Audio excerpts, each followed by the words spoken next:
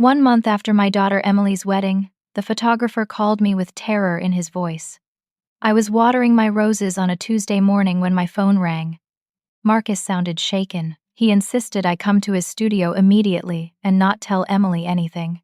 He said he noticed something terrible while editing the final album. His words froze my blood. "Mrs. Thompson, I've been doing this for 30 years, and I've never seen anything like this. You need to see these photos before anyone else does. Please, come alone." My hands trembled as I gripped the steering wheel, driving through downtown Portland toward Marcus' photography studio. The morning traffic blurred past me while my mind raced through every possible scenario. What could be so terrible that Marcus sounded genuinely frightened? I had known him for 15 years. He photographed my niece's wedding, my sister's anniversary party, even my late husband's memorial service. Marcus was steady, professional, unshakable. But today, his voice had cracked with anxiety.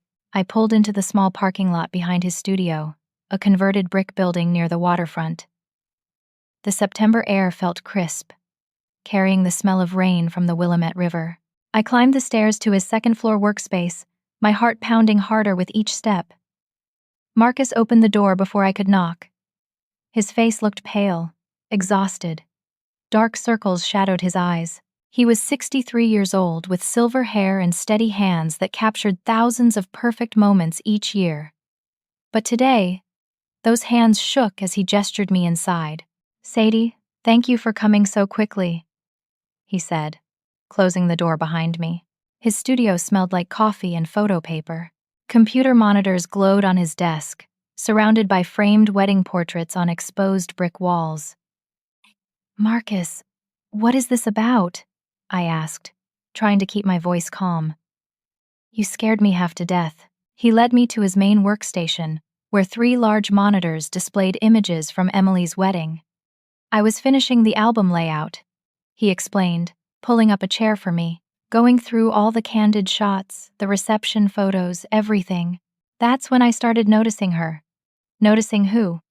I sat down, studying the screens. Marcus clicked through several images. "This woman, she appears in dozens of photos throughout the evening, but she wasn't on your guest list. I always keep the list to identify people for captioning." He pulled up a spreadsheet. 217 guests. I have names for everyone except her. He showed me a photo from the cocktail hour. In the background, partially obscured by other guests, stood a blonde woman in a burgundy dress. She looked to be in her mid-30s, attractive, with sharp features and piercing eyes. Something about her posture seemed tense, coiled. "Maybe she was someone's +1, I suggested, though unease prickled along my spine. "That's what I thought at first." Marcus clicked to another photo. "But watch this sequence." He displayed a series of images taken during the reception dinner. In each one, the blonde woman appeared in different locations, but always within sight of the head table where Emily and Derek sat. "See how she's watching them? Not celebrating, not dancing, not eating, just watching." I leaned closer to the screen. He was right. In every single photo, the woman's attention focused intensely on my daughter and her new husband. Her expression was not friendly or celebratory. It looked almost predatory. "It gets worse," Marcus said quietly. He pulled up more photos, these from later in the evening. Around 9:30, Derek stepped outside. I caught this shot of him near the patio doors. The image showed Derek in his tuxedo, glancing over his shoulder as he exited the reception hall. His expression was not casual. It was furtive, secretive. Marcus clicked to the next photo. Timestamp 9:32. The blonde woman was moving toward the same doors, her burgundy dress swishing as she walked. She wore no smile, no wedding guest name tag, carried no drink or plate. I checked the timestamps carefully. Marcus continued. They were both outside for 23 minutes. Then this. He showed me another photo, timestamp 9:55. Derek and the woman were returning separately, entering through different doors, but Marcus had captured them in the same frame. Derek was handing something small to the woman. It looked like a key, or perhaps a card. My mouth went dry. "What are you suggesting?" "I'm not suggesting anything yet," Marcus said. But look at this. He zoomed in on another candid shot. The blonde woman's purse had fallen open, and Marcus' high-resolution camera caught what was inside. A photograph. He enhanced the image, and my heart nearly stopped. It was a photo of Derek in a tuxedo, standing beside the same blonde woman. Both were formally dressed. Both wore flowers. Both looked like they were at a wedding. Their wedding, oh my God, I whispered. Marcus pulled up one final detail, zooming in on the woman's left hand in several shots. See this? She's wearing a gold wedding band. And look at Derek's body language throughout the evening. He scrolled through dozens of candid photos. In almost every one where the woman appeared in the background, Derek's shoulders, his gaze, even his posture seemed oriented toward her, not toward Emily. I felt sick. Emily had dated Derek for 2 years. They met through mutual friends at a charity fundraiser. He seemed perfect, successful, charming, attentive. He worked in commercial real estate, told us his parents had passed away years ago, said his family was small and complicated. Emily was so happy. The wedding 3 months ago was beautiful. Everything she dreamed of. Marcus, are you saying Derek is married to this woman? He spread his hands helplessly. I don't know what I'm saying, but I've shot 412 weddings in my career. I know how to read photos, body language, stolen moments. Something is very wrong here. I thought you should see this before I delivered the album to Emily. I stood up, my legs unsteady. Can you copy these images for me? All of them with this woman. Already done. He handed me a flash drive. 57 photos total. That's how many times she appears in the background. 57 times. An uninvited guest appearing 57 times, watching my daughter's husband, exchanging secret glances, stepping outside with him, carrying photos of him in her purse.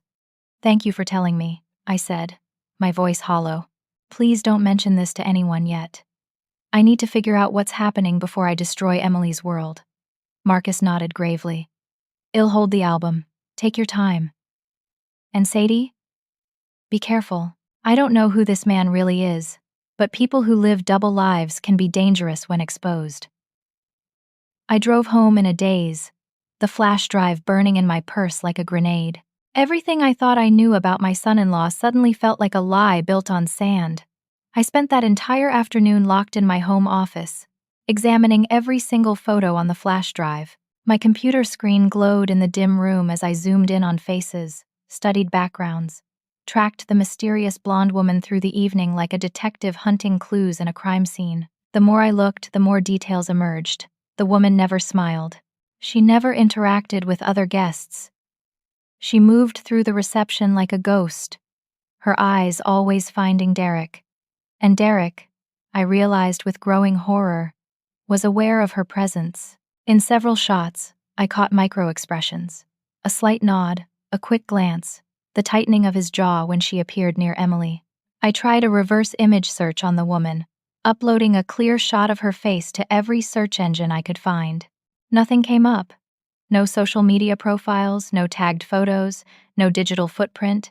That itself was suspicious in this era, where everyone exists online. I thought about Derek's background, the things he told us. Born in Seattle, only child. Parents died in a car accident when he was in college. Worked his way up in commercial real estate.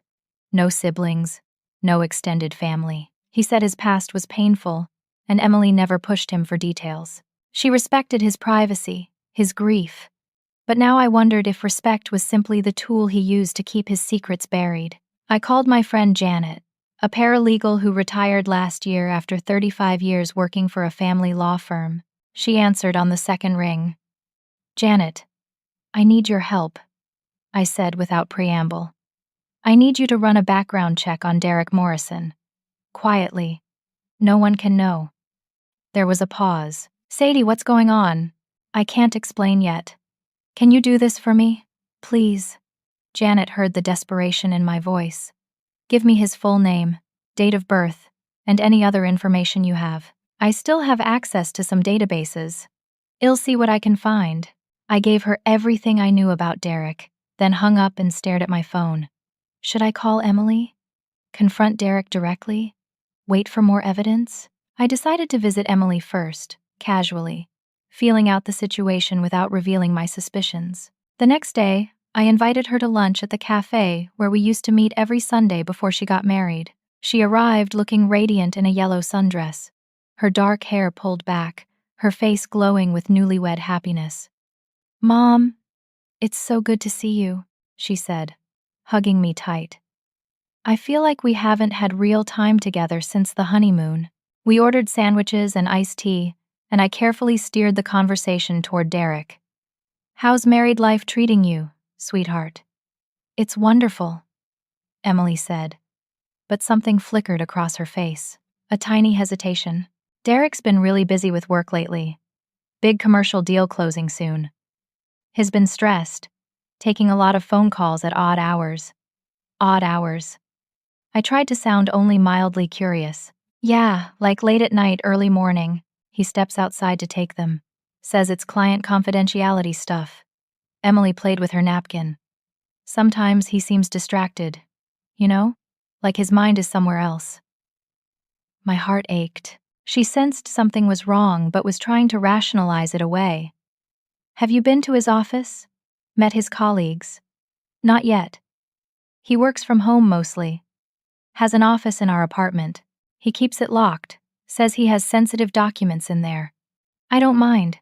Everyone deserves their privacy, right?" Wrong, I thought. Spouses should not have locked rooms filled with secrets, but I just smiled and changed the subject, asking about her job at the marketing firm, her friends, her plans. We spent 2 hours together, and when we parted, I hugged her extra long. "I love you, Emily. You know that, right? No matter what happens, I'm always here for you." She laughed. "Of course I know that, Mom. You're being extra sentimental today. Everything okay?" "Everything's fine. I just miss my daughter, that's all." I watched her drive away in the silver Honda Derek bought her as a wedding gift. Another red flag I hadn't noticed before. He insisted on buying her a car, putting the title in his name. He said it was for insurance purposes. Now I wondered what else he controlled. I called my younger sister, Carol, told her I needed company on a drive to Tacoma. Carol was 59, a retired nurse with a sharp mind and a protective streak. When I explained the situation, she didn't hesitate. "I'll bring my camera," she said. "If we're doing surveillance, we're doing it right." The next morning, we drove north on Interstate 5 toward Tacoma. The 2-hour drive felt endless. Carol tried to make small talk, but I couldn't focus on anything except what we might find. What if Janet was wrong? What if Derek had a reasonable explanation? But deep down, I knew. The photos didn't lie. The locked office, the mysterious phone calls, the hidden property, all painted a clear picture. My daughter married a man with a secret life. We arrived in Tacoma around noon, finding the address in a pleasant suburban neighborhood with tree-lined streets and well-maintained homes. Derek's house was a 2-story craftsman with a blue exterior, white trim, and a tidy front yard. A Honda CR-V sat in the driveway. Carol and I parked across the street, 3 houses down, trying to look inconspicuous. We waited. 1 hour passed, then 2. I was beginning to think this was a waste of time when the front door opened.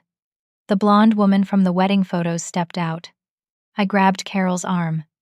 "That's her. That's the woman from the wedding." She wore jeans and a sweater, looking completely at home. She carried grocery bags from the car, moving with the easy familiarity of someone who lived here permanently. Then a young boy, maybe 7 years old, ran out to help her. "Mom, let me carry that one," the boy called, grabbing a bag. "Mom!" Carol started snapping photos with her telephoto lens. We watched the woman and child carry groceries inside, laughing together. A normal domestic scene, a family going about their day. Then, just as we were processing what we'd witnessed, a silver Lexus pulled into the driveway. My heart stopped. I recognized that car. Derek emerged looking exactly like he did every time I'd seen him. Handsome, put together, confident. He walked to the blonde woman, kissed her on the lips, picked up the little boy and swung him in a circle. They went inside together like a perfectly normal family. Carol lowered her camera, her face pale. "Sadie, he has another wife. He has a whole other family." I felt like I was drowning. This was worse than an affair. This was not a mistake or a moment of weakness. This was a calculated, deliberate double life. Derek was not just cheating on Emily. He was married to someone else. He had children with someone else. He owned a home with someone else. My daughter was married to a bigamist. We need more evidence, I said, my voice shaking. We need proof that they're actually married. Then I need to tell Emily everything. Carol drove us back to Portland while I sat in stunned silence. When we arrived at my house, I called Janet again. I need you to find me a good private investigator. Someone who can dig deep, work fast, and stay discreet. Janet recommended a man named Tom Brennan, a former police detective who now ran his own investigation firm. I called him that evening, explained the situation, and sent him the photos from Marcus and Carol. He listened without interrupting, then said, "Mrs. Thompson, give me 4 days. It'll get you everything you need to know about Derek Morrison." 4 days felt like 4 years. I barely slept. I saw Emily twice more, and each time it killed me to pretend everything was fine. She talked about redecorating the apartment, planning a vacation, maybe starting a family in a year or two. I smiled and nodded while screaming inside. On the 4th day, Tom Brennan called. "We need to meet in person. You're going to want to sit down for this." Tom Brennan's office was a small suite in a nondescript building near the airport. He was a stocky man in his late 50s with gray stubble and tired eyes that had seen too much of humanity's worst impulses. When Carol and I arrived, he had a thick folder waiting on his desk. "Coffee," he offered. "Just tell me," I said, sitting down. Tom opened the folder. Derek Morrison married Amanda Richardson 9 years ago in Tacoma. They have 2 children, Justin, age 7, and Claire, age 4. I have copies of the marriage certificate, birth certificates, property deeds, joint bank accounts. There is no record of divorce. They are still legally married.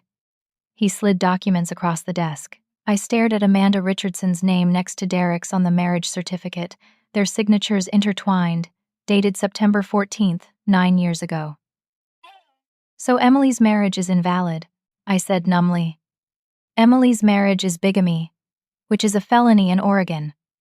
But it gets worse." Tom pulled out more papers. "Derek uses slight variations of his name. At the Tacoma house, he goes by Derek A. Morrison. Here in Portland, just Derek Morrison. In Sacramento, I found records for Derek Anthony Morrison. It helps him compartmentalize his lives, avoid detection in casual background checks." "Sacramento?" Carol asked sharply. "I'm getting to that." Tom's expression grew darker. "Derek's real estate career is legitimate, but I found evidence of financial fraud. Has been skimming money from property deals, falsifying documents, running a sophisticated embezzlement scheme. More concerning, I found employment records showing him in 4 different cities over the past 12 years: San Francisco, Sacramento, Portland, and the Tacoma residence he maintains. Each time, he suddenly left his previous location with no forwarding address." My stomach twisted. "You think there are more wives?" "I don't think." "I know." Tom pulled out printed photos. "This is Derek 3 years ago in Sacramento, pictured with a woman named Catherine Walsh at what appears to be a wedding reception. She filed for divorce 2 years ago, but Derek never responded to the papers. Before that, he was in Denver with a woman named Patricia Hayes. She went missing 2 years ago. Case is still open." The room spun. "Missing." Patricia Hayes filed a police report claiming her husband Derek Morrison stole $70,000 from her savings account. 2 weeks later, she disappeared. Her car was found abandoned near a hiking trail. No body was ever recovered. Police investigated Derek, but he had already moved to Sacramento by then. No evidence, no charges. Carol grabbed my hand. I couldn't breathe. Emily was not just married to a con artist, she was married to someone who might be a murderer. "There's more," Tom continued grimly. "Amanda Richardson, the Tacoma wife, is not a victim, she's complicit. I found communication records suggesting she knows about Derek's other marriages. I believe they're working together, targeting women with assets, marrying them, draining their finances, then moving on." "How much has he taken from Emily?" My voice came out as a whisper. Tom pulled out bank records. So far, about $15,000 from what I can track. But that's just the beginning. Has positioned himself to access her trust fund. Your daughter inherited $200,000 from her father. Derek has been slowly manipulating her to transfer control of those assets to joint accounts. I felt rage building inside me, hot and fierce. This monster targeted my daughter. He researched her, selected her, seduced her, and married her with the intention of stealing everything she had and then vanishing, possibly forever. What do? I asked Tom. You tell your daughter immediately. You go to the police. You protect her assets and get her away from this man as quickly as possible. Carol and I left Tom's office with a briefcase full of evidence. My hands shook as I called Emily. Sweetheart, I need to see you. Today. Can you meet me at Riverside Cafe? It's important. Is everything okay, Mom? You sound upset. Just please meet me. 1 hour. Don't tell Derek.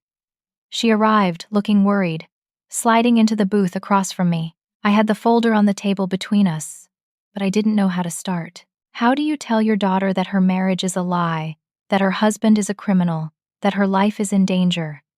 Emily, I need you to listen to me carefully. What I'm about to tell you will be devastating. But you need to know the truth. I started with the wedding photos, showing her the images of the blonde woman, explaining Marcus' observations. Emily's face went from confused to defensive. Mom, what are you trying to say? That Derek knew someone at the wedding he didn't tell me about? Maybe it was an old friend. Hess allowed to have a past. It's not just an old friend, sweetheart. I pulled out the marriage certificate. This woman is Amanda Richardson. She's Derek's wife, his legal wife. They've been married for 9 years. They have 2 children together. Emily stared at the document. Her face went pale. No, that's not possible. Derek wouldn't lie to me about something like this. There must be some mistake. There's no mistake. I showed her the photos from the Tacoma house, the surveillance images, the birth certificates of the children. Derek has been living a double life, has still married to Amanda. Your marriage to him is bigamy, which means it's not legally valid.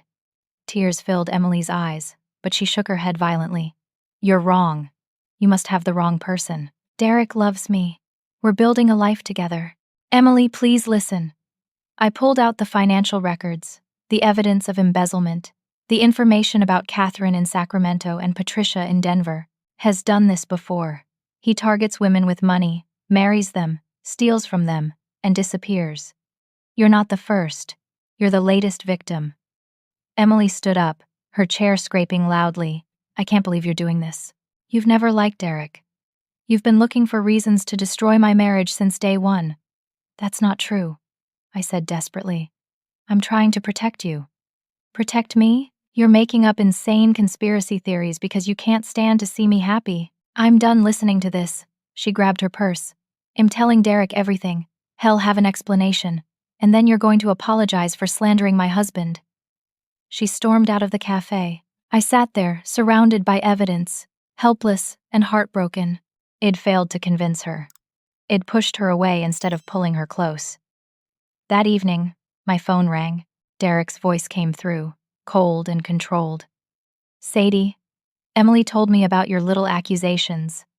I don't know what kind of game you're playing, but it ends now. You've made some serious allegations about me based on what? Some photos? Circumstantial nonsense from a private investigator. I have proof, Derek. Marriage certificates, financial records, everything. You're a bigamist and a thief. He laughed, a chilling sound. You have nothing. You have easily explained coincidences, and a mother who can't let her daughter grow up. I know what this is really about.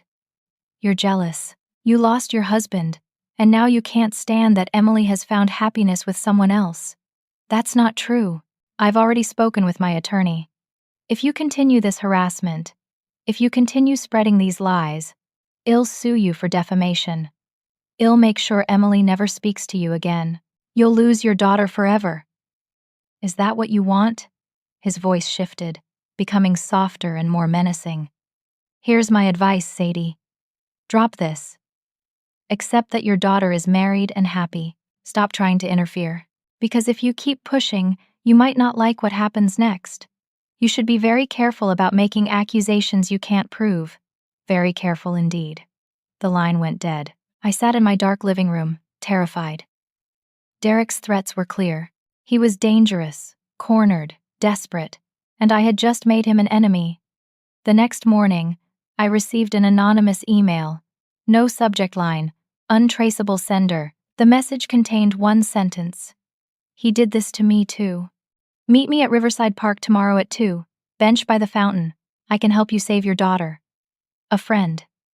Attached was a photo. Derek in a tuxedo, standing beside a woman with dark hair, both formally dressed. The date stamp read 4 years ago. My blood ran cold.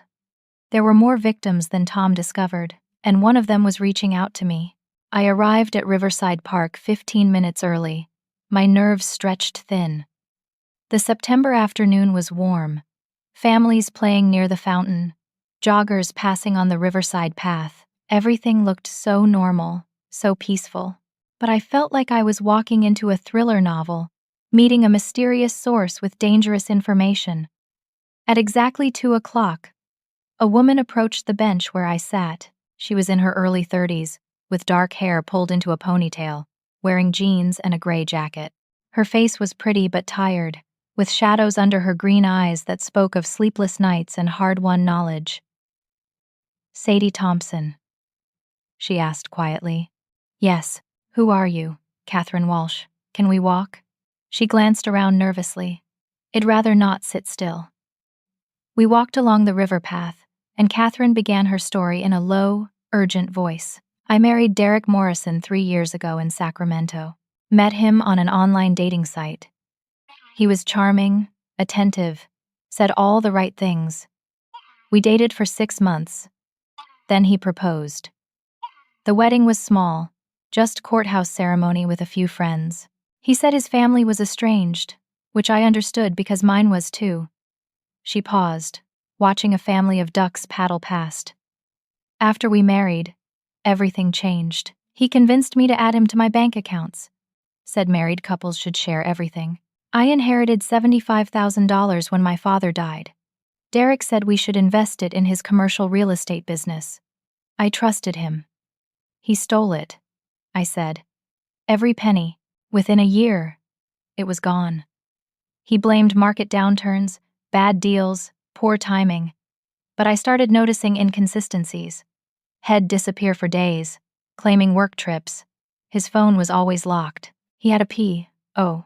box for mail that he wouldn't let me access." Catherine's hands clenched. "One day, I found documents in his car. Marriage certificate. Not ours.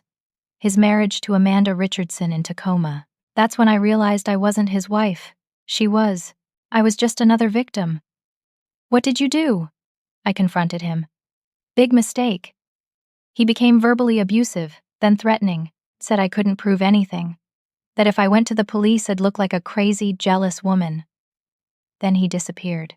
Just vanished. Took my money and left. I filed for divorce, but he never responded.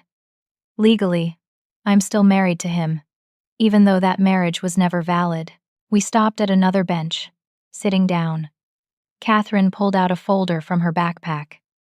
After Derek left, I became obsessed with finding him. I hired investigators, tracked his movements, connected with other victims. "Sadie, your daughter is not the second or third wife. She's at least the 5th that I know of. Maybe more." She showed me documents, photos, timelines. Patricia Hayes in Denver married him 5 years ago. She disappeared 2 years ago after confronting him about stolen money. Her case is still open. Before Patricia, there was a woman in San Francisco named Margaret Chen. Before Margaret, a woman in Phoenix named Susan Bradford. The pattern is always the same. He targets women with assets, usually inheritance or savings. He researches them carefully, plans the seduction, marries them quickly, gains access to their finances, drains the accounts, and disappears. And Amanda Richardson is helping him. Amanda is his partner. They've been doing this together for over a decade. She stays in Tacoma with the kids, maintains the stable home base. He travels, finds targets, marries them, steals from them. They split the profits. It's a business for them. A very profitable, very evil business. I felt sick. How much money have they stolen? Conservatively, over $2 million from at least 8 women that I've documented. But I think there are more victims who never came forward, too ashamed or scared to report it. Catherine pulled out her phone, showing me screenshots. I've been monitoring their communications. They use encrypted messaging apps, but I managed to get access through a contact who works in digital forensics. Look at this. The messages were chilling. Derek and Amanda discussing Emily like she was a business transaction. Target has $200K trust fund. Mother has $400K retirement savings. Combined take could be $600K if played right. Timeline: 6 months maximum. Then Costa Rica. Another message from Derek. Emily is completely trusting. This will be the easiest score yet. She actually believes I love her. Amanda's response. Don't get cocky. Finish fast and get out. The mother is already suspicious. Saw her hired a PI. Derek. Mother is handled. Threatened legal action. Shell back off. 3 more months and we're gone. I read the messages with mounting horror. They knew I was investigating. They were planning their exit, and Emily was completely unaware that her entire marriage was a meticulously planned crime. Sadie, there's something else you need to know. Catherine's voice dropped. I've been working with an FBI agent named Linda Reeves. She's been building a case against Derek for wire fraud, identity theft, and embezzlement. The problem is, they need more concrete evidence, particularly recent evidence from an active victim. They need Emily's cooperation. Emily won't even listen to me, I said bitterly. She thinks I'm making this up because I'm jealous. Then we have to make her listen. Because there's one more thing. Catherine's face went pale. Patricia Hayes didn't just disappear. I don't think she ran away or committed suicide like the police reports suggest. I think Derek killed her. The world tilted. What? Patricia was about to go to the police with evidence. She kept records, had proof of Derek's fraud. The day before she was supposed to meet with prosecutors, she vanished. Her car was found at a remote hiking area. Search teams found nothing, but I've been investigating, and I found something the police missed. Catherine pulled up a property record. Derek owned a cabin in the mountains near where Patricia disappeared. He sold it 3 months after she vanished. I believe he lured her there, killed her, and disposed of her body. I have circumstantial evidence, but nothing solid enough for the FBI to get a warrant. I couldn't breathe. You think he's planning to kill Emily too? Not yet. He still needs her trust fund money. But once he gets it, once he has everything he wants, Emily becomes a liability. She knows what he looks like, knows his patterns.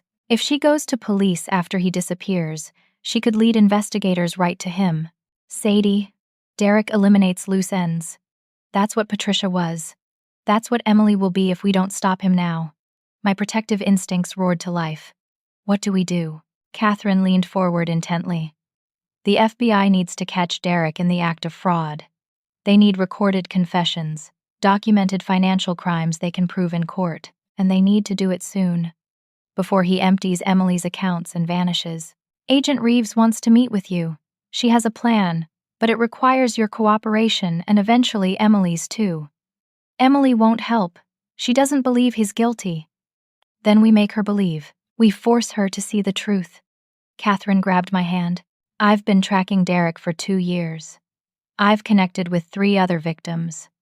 We all want justice. We all want to see him in prison where he belongs. But we need Emily's help to make that happen. Will you try again? Will you make her listen? I thought about my daughter, young and trusting, married to a monster who saw her as nothing but a paycheck and a potential body count number. I thought about Patricia Hayes, missing and probably dead. I thought about all the other women Derek and Amanda had victimized. I'll do whatever it takes, I said. Tell me how to contact Agent Reeves. Let's take this bastard down. Catherine smiled for the first time, fierce and determined. Welcome to the team. We're going to save your daughter and put Derek Morrison away forever. But as we exchanged information, my phone buzzed with a text from Emily. Mom, Derek and I are taking a little vacation next week. He planned a surprise trip to a cabin in the mountains. Isn't that romantic? Maybe some time away will help him relax. Love you. My heart stopped. A cabin in the mountains, where Patricia disappeared, where Derek could stage another tragic accident. I showed Catherine the text. Her face went white. We're out of time. Derek's moving faster than I thought. Has not waiting 6 months. Has planning to kill Emily next week. I barely slept that night. By 7 in the morning, I was sitting in a coffee shop across from FBI Special Agent Linda Reeves, a sharp-eyed woman in her early 40s with short brown hair and an air of controlled intensity. Catherine sat beside me, and together we laid out everything we knew. Agent Reeves listened carefully, taking notes, asking pointed questions. When we finished, she sat back and studied me. Mrs. Thompson, I've been investigating Derek Morrison for 18 months. He's careful, smart, and ruthless. We have evidence of financial fraud across multiple states, but building a prosecutable case has been difficult because victims don't come forward or can't prove their claims. He covers his tracks well. Can you arrest him now? I asked desperately. My daughter is in danger. Not yet. Everything we have is circumstantial or insufficient for charges that will stick. Derek uses complex money laundering schemes, offshore accounts, shell companies. We need to catch him in the act of a major financial crime with clear documentation. We need recorded confessions. We need witnesses willing to testify. What about Patricia Hayes, the missing woman? Agent Reeves' expression darkened. That case is being reinvestigated by Denver PD with our assistance. We believe Derek was involved, but we have no body, no physical evidence, no witnesses. It's been 2 years. The trail is cold. Catherine leaned forward. So what do? We set a trap. Agent Reeves pulled out a tablet, showing us a strategy outline. Derek believes he's won. He thinks he's scared off Mrs. Thompson. He has Emily's complete trust, and he's planning his endgame. We use that confidence against him. She looked at me. How much money do you have in accessible accounts? About $400,000 in retirement savings and investments. Perfect. Here's the plan. You pretend to reconcile with Derek. You apologize for your accusations. Say you were wrong. You offer to invest in his business as a peace offering and a way to support Emily's future. Derek won't be able to resist. It's more money than he expected, and it validates his manipulation of you. My stomach churned. I have to pretend to like him? After everything. You have to be convincing. Derek is smart. If he suspects you're baiting him, he'll disappear and we'll lose our chance. But if you sell it well, he'll take the bait. Well, wire your investment to his business account, track where the money goes, record all conversations, and catch him in multiple acts of fraud. With that evidence, plus testimony from you, Emily, Catherine, and the other victims, we'll have enough to arrest him and Amanda both. What about the cabin trip? Catherine asked urgently. Hes taking Emily to the mountains next week. Agent Reeves' jaw tightened. Well, make sure that trip never happens. Once Derek takes Mrs. Thompson's money, we'll move immediately. But we need a few days to set everything up properly. Can you stall him? I thought quickly. I'll tell Emily I need her help with something. Make it urgent.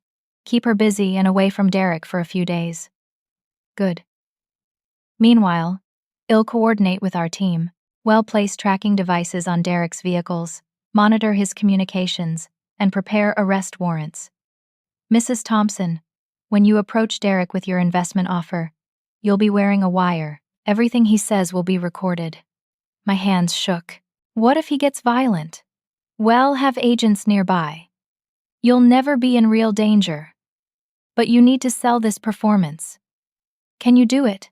I thought about Emily, about Patricia Hayes, about all the women Derek destroyed. Yes, I can do it. The plan was set. That afternoon, I called Emily, my voice shaking with fake emotion. Sweetheart, I owe you and Derek an apology. I was wrong. I let my paranoia and loneliness get the better of me. Can we have dinner? I want to make this right. Emily sounded relieved and surprised. Mom, really? Derek said you were just scared of losing me. He was right. I'm sorry, baby. Let me make it up to both of you. Dinner at my house tomorrow night. She agreed eagerly. I spent the next 24 hours preparing, rehearsing my lines, trying to become someone who could smile at the man planning to murder her daughter. Derek and Emily arrived the next evening. Derek looked smug, triumphant, wearing an expensive suit and a condescending smile. I wanted to claw his eyes out. Instead, I hugged him. Derek, I'm so sorry. I was completely out of line. I've been lonely since my husband died, and I think I was projecting my fears onto your relationship with Emily. He studied me, suspicious but intrigued. I appreciate that, Sadie. It takes courage to admit you were wrong. We ate dinner, and I played the role perfectly, apologetic, warm, gradually bringing up my finances. I've been thinking, I said over dessert. My retirement money is just sitting in accounts earning minimal interest. I should be investing more aggressively. Derek, you're in real estate. Do you have any opportunities for someone like me? His eyes lit up with greed, barely disguised as helpfulness. Actually, Sadie, I might. There's a commercial development opportunity coming up. Investors who get in early could see returns of 20 to 30% over 6 months. Really? Tell me more. He launched into a smooth pitch about a shopping center development, complete with glossy brochures and fabricated testimonials. It was all lies, beautifully packaged lies, and I pretended to believe every word. How much would I need to invest? For a significant position, $50,000 minimum. But honestly, if you could go higher, the returns scale up dramatically. I pretended to consider. What if I invested $100,000 or more? Derek leaned back, his smile widening. If you invested, say, $200,000, you'd be a major partner. That kind of capital could return you $400,000 within a year. Emily looked thrilled. Mom, that's amazing. This could really help your retirement. I had to stop myself from pulling her aside and screaming the truth. Instead, I smiled. Let me think about it. Can we meet in a few days to go over the paperwork? Absolutely. Come to my office. I'll have everything prepared. After they left, I collapsed on my couch, shaking. Agent Reeves called within minutes. You did perfectly. Hes hooked. When you meet him at his office, we'll have surveillance everywhere. Every document he gives you, every word he says, will be evidence. 3 days later, I went to Derek's office, a rented suite in a downtown building. I wore a wire hidden in my necklace. FBI agents posed as workers in nearby offices. Derek greeted me warmly, ushering me to a conference room filled with fake contracts and investment documents. He walked me through everything, his voice confident and reassuring, never suspecting that every word was being recorded. This is a guaranteed opportunity, Sadie. Your money will be completely secure, and the returns will be substantial. I'm offering this to you because you're family now. I want to do this, I said, for Emily's future, for our family. We signed documents. I initiated a wire transfer of $50,000 to his business account, with promises of more to come. Derek's expression was pure predatory satisfaction. You're making a very smart decision, he said, shaking my hand. This is just the beginning of a beautiful partnership. As I left his office, Agent Reeves texted me. Got everything we need. Stay alert. We'll be moving soon. Over the next 2 days, FBI tracked the money. It moved through Derek's accounts to offshore banks, to shell companies. Exactly the pattern they needed to prove systematic fraud. Meanwhile, Catherine contacted me with more disturbing news. She'd intercepted communications between Derek and Amanda discussing their timeline. They're accelerating, she warned. Derek told Amanda he got a huge score from you. They're planning to disappear in 3 weeks instead of 3 months. And Emily is still a problem. I saw messages about the cabin trip. They're definitely planning something. I had to tell Emily everything. Had to make her believe. Even if she hated me for it. I invited her over, sat her down, and showed her everything. The FBI evidence, Catherine's testimony, the recorded conversations, the financial trails. The messages between Derek and Amanda. At first, Emily was defensive, angry, in denial. But as the evidence piled up, as she saw document after document, heard recording after recording, her resistance crumbled. She began to cry, then to sob, her entire world shattering. "He said he loved me," she whispered. "He said we'd build a life together. Have children. Grow old together. He's a predator, baby." None of it was real. Emily looked up at me with devastated eyes. "Mom, I've already given him $15,000 from my trust fund. He said it was for our future home." "I know, sweetheart. But we're going to stop him before he takes any more." Then Emily said something that made my blood freeze. "There's more. Last week, I found a burner phone in his jacket pocket. When I confronted him, he said it was for work clients. But I saw messages from someone named Amanda. They were talking about me." "What did they say?" Emily pulled out her own phone, showing me photos she'd secretly taken of Derek's burner phone screen. The messages were horrifying. Amanda: "How much longer with the Emily situation?" Derek: "Few more weeks. She's starting to ask questions, getting clingy." Amanda: "Cabin trip still on?" Derek: "Yeah. Next week. Perfect location. Remote. No witnesses." Amanda: "What about the mother?" Derek: "She's handled. Invested $50K. We'll get more. Then we're gone." Amanda: "What about the Emily problem? You can't leave another loose end like Patricia." Derek: "Don't worry. I have a plan. There's going to be a tragic accident." Emily stared at the messages, her face white. "He was going to kill me. At the cabin. He was going to make it look like an accident and then take all my money and disappear." I held my daughter while she cried, feeling rage and terror in equal measure. Derek wasn't just a con artist, he was planning murder. And we had the proof. "Emily, the FBI needs your help. Will you testify against him?" She wiped her eyes, and I saw something new in her expression. Steel. "Yes. I want to stop him. I want to make sure he never does this to anyone else." That night, Agent Reeves came to my house with a plan. "We're moving tomorrow. Derek thinks he's taking Emily to that cabin. Instead, we're taking him to jail. But we need Emily to play along one more time." Emily agreed. She would go to the cabin with Derek, wearing a wire and GPS tracker. FBI would follow, surrounding the location. Once Derek made any move to harm her, agents would move in for the arrest. It was terrifying and dangerous. But it was our best chance to catch Derek in an attempted murder charge on top of all the financial crimes. The next morning, Derek picked up Emily for their mountain getaway, all smiles and romantic gestures.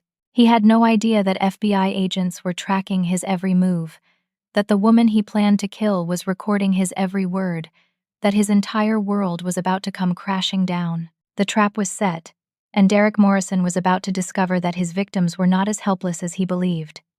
The cabin was 3 hours from Portland, deep in the Cascade Mountain range. Derek drove while Emily sat in the passenger seat, forcing herself to act normal while terror coursed through her veins. She wore a small wire taped to her ribs and a GPS tracker hidden in her watch. 5 unmarked FBI vehicles followed at carefully spaced distances. I waited at the FBI field office with Agent Reeves and Catherine, watching everything on monitors, listening to every word through Emily's wire. My heart pounded so hard I thought it would burst from my chest. Derek chatted pleasantly during the drive, talking about how beautiful the cabin was, how peaceful and remote. "No cell service out here," he said casually. "Complete escape from the world. Just you and me and nature." Emily's voice came through the wire, steady despite her fear. "Sounds perfect. We both need this break." They arrived at the cabin around 2 in the afternoon. It was isolated, surrounded by dense forest, the nearest neighbor miles away. Perfect location for a crime. Agent Reeves had teams positioned in the woods, invisible and waiting. Derek carried their bags inside. The cabin was rustic but comfortable. 1 main room with a fireplace, small kitchen, bedroom, bathroom. Emily set her purse down near the door, within reach, as Agent Reeves had instructed. "Want some wine?" Derek asked, pulling a bottle from a cooler head packed. Sure. Emily watched carefully as he poured 2 glasses. She noticed his movements were deliberate, controlled. When he handed her the glass, she pretended to sip but didn't swallow. Derek drank from his own glass, watching her. You've seemed stressed lately. Everything okay? Just tired from work? This trip is exactly what I needed. Good. His smile didn't reach his eyes. I want this to be a memorable experience for you. Over the next hour, Derek became increasingly insistent that Emily drink more wine. His pleasant demeanor started to crack. When she said she felt tired and wanted to rest, he suggested they go for a hike first. There's an amazing viewpoint about a mile up the trail. The sunset view is incredible. We should go now before it gets too late. Emily's voice trembled slightly. I'm really tired, Derek. Can we go tomorrow? His expression hardened. Emily, we drove all the way here. Stop being difficult and let's go. The charm was completely gone now, replaced by cold command. Emily stood up, and Derek grabbed her arm, his grip tight. Derek, you're hurting me. Just come on. We're going. He pulled her toward the door. Emily pulled back. I don't want to go hiking right now. Derek's face transformed into something ugly and furious. You don't get to say no anymore. You're going to come with me, and you're going to do exactly what I tell you. He yanked her arm hard, dragging her outside. Emily screamed. In the FBI command post, Agent Reeves grabbed her radio. All units move in. Now. Derek's hand clamped over Emily's mouth. Shut up. There's no one out here to help you. Do you understand? This is how this ends. Emily bit his hand. He cursed, releasing her for a second. She ran toward the trees, but Derek caught her, throwing her to the ground. She fought back, clawing at him. You stupid bitch, he snarled. You should have made this easy. Patricia fought too. Look how that turned out for her. He was confessing, admitting to Patricia's murder. All being recorded. Derek pulled Emily up, starting to drag her toward the hiking trail. Then FBI agents burst from the trees, weapons drawn, shouting commands. FBI, let her go! Hands up! Derek froze, his face cycling through shock, rage, and calculation. For a moment, I thought he'd try to run. Then he released Emily and raised his hands. Emily ran to the agents, sobbing. They surrounded Derek, forcing him to the ground, handcuffing him while reading his rights. Derek Morrison, you're under arrest for attempted murder, conspiracy to commit murder, wire fraud, bigamy, embezzlement, and about 20 other charges we're going to enjoy explaining to you. Derek screamed curses, threats, denials. His mask completely shattered, revealing the monster underneath. At the same moment, in Tacoma, other FBI agents arrested Amanda Richardson. They found her packing suitcases, plane tickets to Costa Rica on the table, bank account information for offshore accounts, communications with Derek planning their escape. Her parents were there with the children, who were placed in their care while Amanda was taken into custody. Back at the FBI office, I watched them bring Derek in. When he saw me waiting there with Catherine and Agent Reeves, his face contorted with hate. You ruined everything, he shouted at me. That money was mine. Emily was mine. You had no right to interfere. I had every right, I said coldly. I'm her mother. And you're a monster. You don't understand what you've done. You've destroyed a brilliant system. I gave those women attention, romance, excitement. I made them feel special. I earned that money. Catherine stepped forward, her voice shaking with rage. You killed my sister. Patricia Hayes was going to expose you, so you murdered her. Where is her body, Derek? Where did you put her? Derek's lawyer, who had just arrived, tried to silence him, but Derek was beyond reason. Ego and rage overwhelming common sense. Patricia was a liability. She wouldn't let it go. She kept threatening me. I had no choice. Where is she? Catherine demanded. Buried on that property I owned near Boulder, the one I sold 2 years ago. Happy now? You want to dig up a skeleton? Go ahead. Agent Reeves recorded every word. Derek's own arrogance was sealing his fate. They took him to a cell, still screaming threats. Emily emerged from a medical examination room, pale and shaking. I held her while she cried. "It's over, baby. He can't hurt you anymore."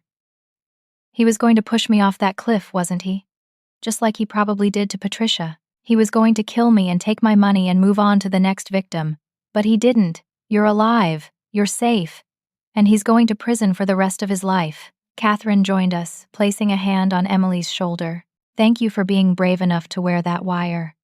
Your testimony and those recordings will put him away forever. You saved yourself. And you probably saved future victims too." Over the following weeks, more evidence emerged. Investigators found Patricia Hayes remains exactly where Derek said they would. Forensic evidence confirmed she'd been murdered. Derek was charged with first-degree murder. Amanda accepted a plea deal, agreeing to testify against Derek in exchange for a reduced sentence. She revealed the full scope of their operation: 15 wives over 12 years, over $2 million stolen. She provided documentation, communications, details of every crime. Additional victims came forward, emboldened by news coverage. Women from 6 different states testified about how Derek had targeted them, married them, stolen from them, and vanished. The trial lasted 3 weeks. I sat in that courtroom every single day, watching Derek's defense crumble under overwhelming evidence. Emily testified, her voice strong and clear, describing the manipulation, the lies, the cabin incident. Catherine testified about her sister's murder. Other victims shared their stories. Derek's lawyer tried to claim mental illness, tried to suggest the victims were exaggerating, tried every defense imaginable. None of it worked. The jury deliberated for 4 hours. Guilty on all counts. Derek showed no emotion when the verdict was read. But when the judge sentenced him to 3 consecutive life sentences without possibility of parole, plus 60 additional years for fraud and attempted murder, I saw his hands clench. The judge's words were scathing, "Mr. Morrison, you are a predator who systematically destroyed families, stole futures, and took at least 1 life, possibly more. You showed no remorse, no conscience, no humanity. You treated people as objects to be used and discarded. You manipulated, controlled, and terrorized vulnerable women for your own profit and ego. You will spend every remaining day of your life in prison, and even that seems inadequate punishment for the suffering you've caused. This court hopes your victims find peace knowing you will never harm another person again." Derek was led away in chains. As he passed our row, he looked at me with pure hatred. I looked back at him with satisfaction. He lost. We won. Amanda received 12 years in a plea deal. The other wives, with help from victim services and asset recovery, managed to recover some of their stolen money through seizure of Derek and Amanda's assets, the Costa Rica property, offshore accounts. Catherine finally had justice for her sister. Patricia Hayes' remains were returned to her family for burial. The case was closed, and Emily began the long journey of healing. 3 months after Derek's conviction, Emily and I sat together in the office of a therapist who specialized in trauma and manipulation recovery. Emily attended twice a week, working through the betrayal, the fear, the violation of having her trust weaponized against her. The marriage was annulled quickly. Legally, it never existed because Derek was already married to Amanda. Emily returned to her maiden name. She took a leave of absence from work to focus on healing, moved back into my house temporarily, surrounded by family support. Our relationship transformed through the ordeal.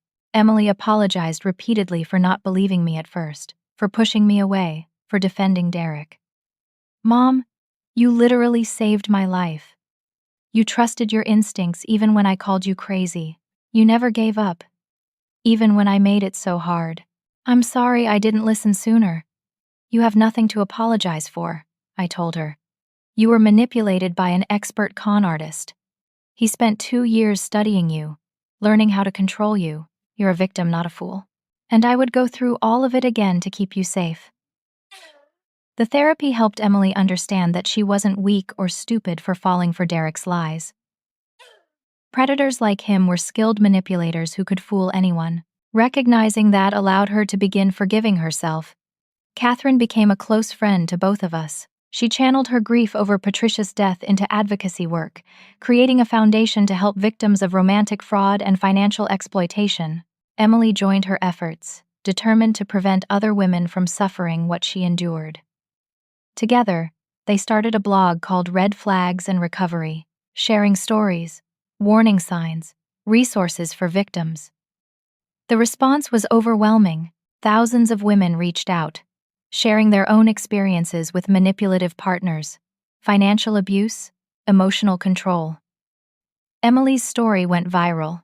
She appeared on podcasts, news programs, local television, always emphasizing the same message: trust your instincts, verify information, protect your assets, and listen to people who care about you when they express concern. 6 months after the trial, Emily returned to work. Her company welcomed her back with full support. She thrived, throwing herself into projects, rebuilding her confidence, rediscovering who she was outside of Derek's control. She started dating again, very slowly and carefully. She applied hard-learned lessons, extensive background checks before second dates, keeping finances completely separate, watching for warning signs of manipulation or control, trusting her intuition. I watched her grow stronger each day, proud of her resilience and courage.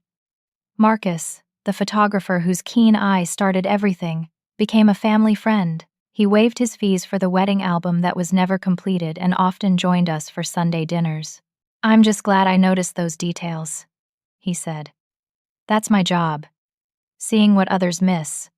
I never imagined it would save a life." 1 year after Derek's arrest, on a sunny April afternoon, Emily brought a man named Andrew to Sunday dinner.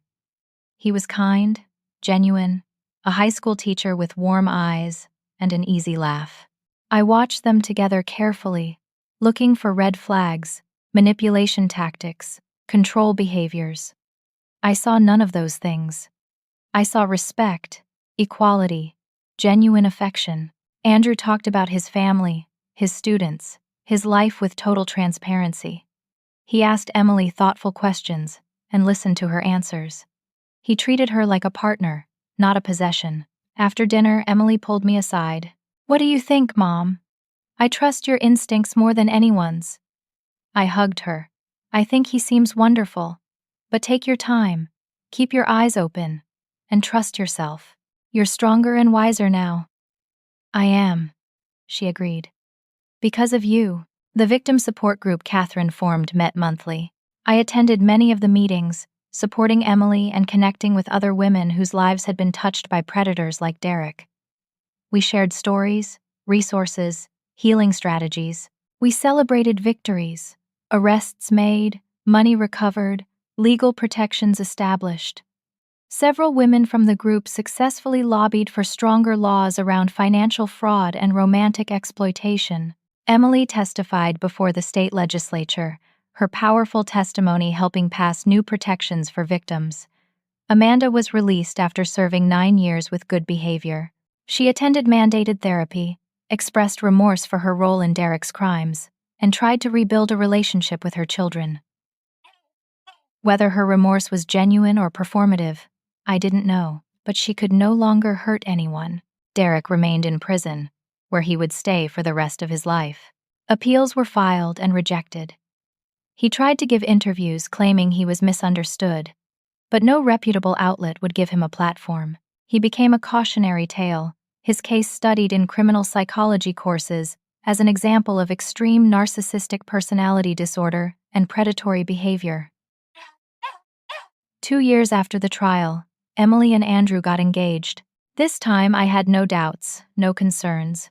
Andrew was exactly who he appeared to be. A good man who loved my daughter for who she was, not what he could take from her. The wedding was small, intimate. Nothing like the elaborate event Derek had orchestrated. Emily wore a simple dress, carried wildflowers, and spoke vows she wrote herself about trust, honesty, and partnership. I cried happy tears watching her marry someone who deserved her. At the reception, Emily gave a toast thanking everyone who supported her through her darkest time. 2 years ago, I married the wrong person for all the wrong reasons. He saw me as a target, A victim. An easy mark. But I survived because of the people in this room who never gave up on me, who fought for me even when I fought against them. She looked at me, tears in her eyes, especially my mom, who saw through the lies when I couldn't, who trusted her instincts when I told her she was wrong, who literally saved my life. Mom, I owe you everything. Thank you for being stubborn, protective, and relentless. Thank you for being the kind of mother who would rather be hated temporarily than lose her daughter permanently. The room applauded.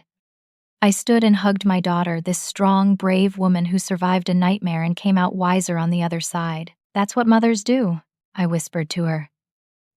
We see what others miss. We fight when others quit. And we love even when it hurts. Your happiness was always worth any price. Now, 3 years after Derek's arrest, Emily and Andrew are building a beautiful life together. They bought a house, adopted 2 rescue dogs, and talk about starting a family soon. Emily still does advocacy work, helping other victims find their voices and their strength. I retired fully from my job and spend my time volunteering with victim services organizations, speaking at community events about recognizing financial predators, and enjoying my role as mother and soon-to-be grandmother. Catherine and I remain close friends. She visits often, and we work together on the foundation, which has helped over 500 victims recover from romantic fraud. Patricia's case brought national attention to this type of crime, making her death meaningful in ways that bring her family some comfort. The lessons I learned through this ordeal stay with me every day. I learned that mother's intuition is not paranoia or jealousy. It's pattern recognition honed by years of protecting our children. It's the ability to see micro-expressions, inconsistencies, dangers that others miss. I learned that speaking up, even when dismissed or ridiculed, can save lives. If I had stayed silent, if I had accepted Derek's threats and backed down, Emily would be dead.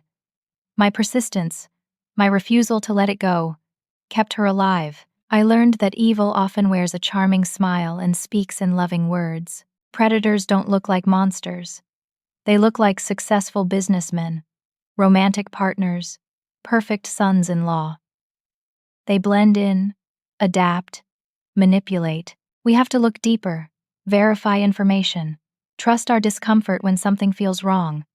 I learned that family bonds, when tested by truth, become unbreakable. Emily and I emerged from this nightmare closer than ever. We survived trauma together, fought evil together, and healed together. Nothing will ever come between us again. Most importantly, I learned that recovery is real, justice is possible, and love endures. Derek tried to destroy my daughter. Instead, he made her stronger. She's not defined by what he did to her. She's defined by how she survived it, how she helped others, how she rebuilt her life with courage and wisdom. When Emily asks me what I want people to learn from our story, I always say the same thing: trust yourself. When that voice inside whispers something is wrong, listen to it. Don't let politeness, doubt, or other people's dismissiveness silence your concerns. If someone you love is in danger, be the person who speaks up, who investigates, who acts. Be willing to be temporarily wrong rather than permanently regretful. Be the one who fights when others quit. A mother knows. We see the tiny inconsistencies, the micro-expressions, the details others overlook. That instinct is not irrational. It's a superpower forged through years of protecting the people we love. I almost lost my daughter because she didn't want to believe the worst about someone she loved. But I refused to let it go. I investigated, gathered evidence, enlisted help, set traps, and never stopped fighting. Because of that stubborn, relentless, protective love, Emily is alive today.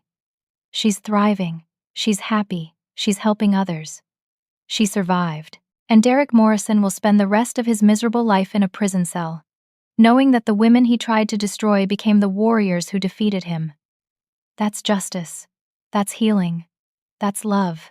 Now I want to hear from you. Have you ever had to trust your instincts about someone in your life or a loved one's life, even when others didn't believe you? Have you or someone you know experienced manipulation or warning signs in a relationship? What advice would you give to someone who suspects their family member might be in danger but doesn't have proof yet? Share your thoughts and experiences in the comments below. Your story might help someone else recognize danger before it's too late. If this story touched your heart or taught you something valuable, please hit that like button and subscribe to this channel for more real-life stories about courage, survival, and the strength of family bonds. Share this video with anyone who might benefit from hearing Emily's story. Together, we can help protect others from predators who count on our silence and doubt. Thank you for listening to our journey. May you always trust your instincts, protect your loved ones fiercely, and never apologize for being vigilant, because sometimes that mother's intuition, that gut feeling, that uncomfortable suspicion is not just a feeling. It's a warning, it's protection, it's love in action, and it can save a life.